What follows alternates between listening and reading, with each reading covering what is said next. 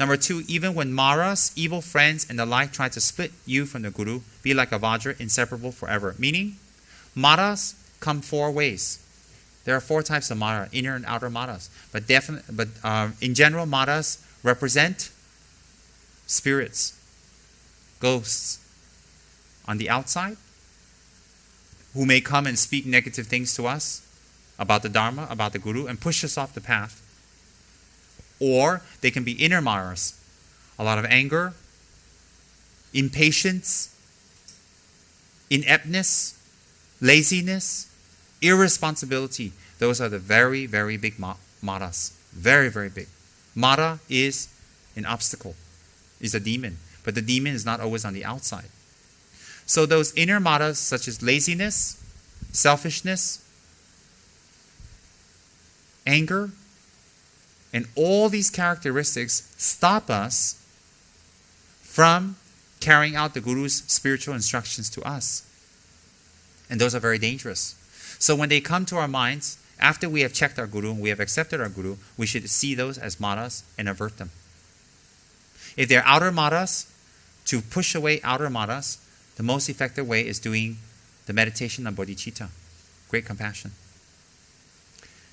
Inner maras, we let the anger come, we let the jealousy come, we let the lack of faith come and go, let it pass. Don't get attached to it, don't get attracted to it. Why? We can't get rid of anger overnight. Then evil friends and the like. What are evil friends? Evil friends are not people who come with daggers and clubs and hammers. And they have fangs and red faces and long hair and they're disheveled and they're bloody and they have long fingernails. Those are not evil friends. Evil friends are anyone that take your time and energy away from the thoughts of enlightenment. Evil friends can come and talk to you very nicely. Evil friends can come and talk to you very roughly. Evil friends can praise you. Evil friends can not praise you. Evil friends are people who make you turn against or away or lose confidence in your Guru. And they can do it on purpose, they can do it accidentally, and they can do it inadvertently. Inadvertently means, how do you turn someone away from their Guru inadvertently, which is not accidental? Inadvertently means they themselves break their commitments. They themselves break their vows. They themselves avoid the Guru. They themselves don't like the Guru. They themselves never praise the Guru. They never talk. They never go near the Guru. They themselves always avoid the Guru. And when they do that all the time for a new person, the new person needs the kicker-upper. They need someone to talk about the Guru's good qualities and past good actions and what's been done. They need that to encourage them. So when we meet someone that doesn't encourage our Guru, that has had a fallout, inverted commas, or they themselves have broken their commitment to the Gurus, even if they don't say one word about the Guru, positive or negative, being with those people bring us down immediately. Why? Because their objective is different than ours already. Already different. And then the people who overtly and directly criticize one's Guru, those are evil friends. On this level, if we hang out with them, we have the danger of losing our confidence and faith and not progressing in our progressing in our positive spiritual practice. Why is that? Why is that?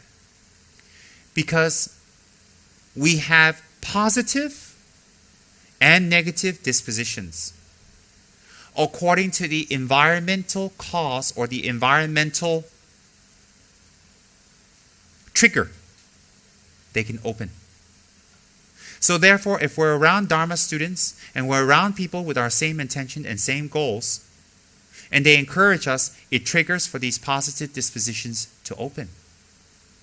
If we're around negative people or people who have broken their samaya, even if they're not against your Guru, even if they're against their Guru, they have broken samaya energy, very dirty.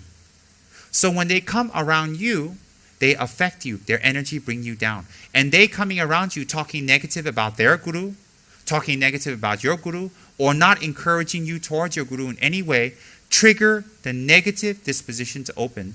So most of us have more negative disposition than positive Otherwise, we wouldn't be in samsara. So when the negative disposition from our previous lives open, we can't do Dharma practice. That's why in the Tantras, in the Tantric vows, for those of you who have those, you should know. Those who scourge and scorn and dislike our Guru, we're not allowed even to talk with them. We're not allowed to share food with them. We're not even allowed to share our instruments or our vajras and bells or talk about Tantric secrets or do Tantric practice with them anymore. We can't perform tok with them anymore. Why? Their energy can pollute us and bring us down and trigger the opening of negative energy, negative karma. So you're thinking, but that's not very compassionate. Of course it's very compassionate. At your level, if you let someone disturb your practice, how will you become a Buddha to help them? How? By avoiding them, you're a very compassionate one.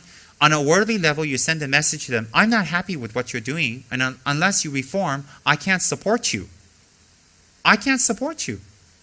And on a spiritual level, if someone disturbs your practice and pushes you off, how will you become an attained being or a Buddha to benefit them? At your level, their disturbance, their broken samaya, can push you off the path, can influence you and make you think negatively. There might be even other disciples of the teacher that these people always say negative things, do negative, and they push them away from the Guru. They push them away from the teacher. When they push them away from the teacher, who suffers? The teacher or the person? Of course, that person. So therefore, staying around or associating or communicating or being close to people who are broken the samaya, who are against their teachers, against your teacher, even their teacher, is very dangerous if you do not know how to handle them. You have to be advanced to handle them. Why? If your teacher cannot tame them and control them, how can you? So over time, they will wear you down. They will make you lose confidence. They'll make you see flaws. Then you say, well, they can't make me see flaws that I didn't see. Well, they can lie. They can manipulate. They can twist and turn. And if they've broken off with your Guru, and you've met them through your Guru, you met them through your Guru's center, you met them through your Guru's friends, if they've broken off from your Guru, why do they still tag along with you? Why? Is their life so empty without Dharma friends? If they had no other friends outside of Dharma, what does that tell you about them? So it's very, very dangerous when we hang around with evil friends, and then there are friends who like your Guru, and they love your Guru, and they love your practice, and they're your same traditions, but they don't practice. They break their commitments. They're lazy. They don't do their sadhanas. They don't serve their lamas. They don't hate the lamas. They're just lazy and flippant, and they're very, very irresponsible. Those are evil friends too. Why are those evil friends? They're not evil friends by nature. They're evil friends by action. Why? Because when we hang around them, they distract our time away. They take our time away.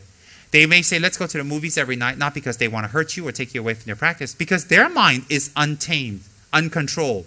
Their mind cannot have any type of Dharma go in. But they don't hate the Guru. They like it. And they might even flip back and forth. They might even say, oh, my Guru is my Guru one day. Oh, it's my teacher. Oh, it's my friend. It's my Guru. It's my teacher. They're confused about what they're doing in their lives. These people are not evil by character, but extremely irresponsible. And they set a very bad example for new students. Why? Because the new students come in, they don't know what to do. To be devotional, to follow or not follow.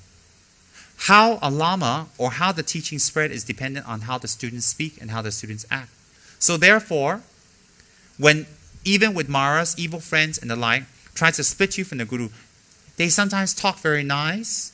Sometimes they talk this way, sometimes they talk this way, sometimes they say something negative, or sometimes they try to make you feel sorry for them. But they'll somehow talk. Those people, when they associate with weak-minded people or people of low merits, they will split them from the Guru. They will not see the Guru much, they will avoid the Guru, or they'll think negative things about the Guru. What benefit can another person get when they think negative things about their Guru? Influenced by an evil friend. The evil friend destroys their own chances for Dharma, and they destroy other chances for Dharma, other people's chances. So if we let them continue, then we're not very compassionate. If we think we can handle them and turn them, we would have been able to turn them around by now. If we let them continue their little games, it will go. What happens is that they will go on for years and years and years and years. Why? They don't have the merit to dig themselves out. And you're helping them to create even more, deeper negative karma for them to dig themselves deeper each time. See, for some people, each time they contact us, they feel a victory. Oh, you see? They know I don't like my Lama, but they still contact me. I win. They have that kind of psychological thinking. There are people like that. I met a few. So who do they present a danger to? You and themselves. That's why it specifically says here in number 2 to avoid evil friends that might try to split you from your master. And evil doesn't mean implicitly evil. It can also mean evil as in distractive evil. Distractive.